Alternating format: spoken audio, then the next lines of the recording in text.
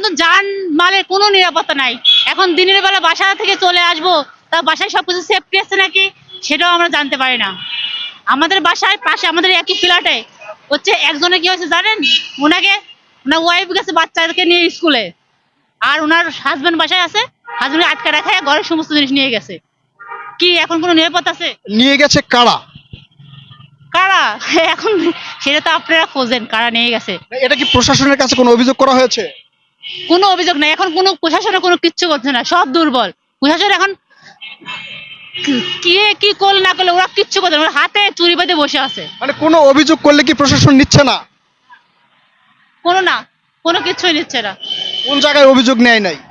সব জায়গায় দেখেন, সব জায়গায়। আমার এর আগে একটা আমার হাত থেকে ফোন হারিয়ে গেছে, যা পুলিশকে বললাম ভাই দেখেন এখানে হচ্ছে আমার হাত থেকে ফোনটা নিয়ে গেছে।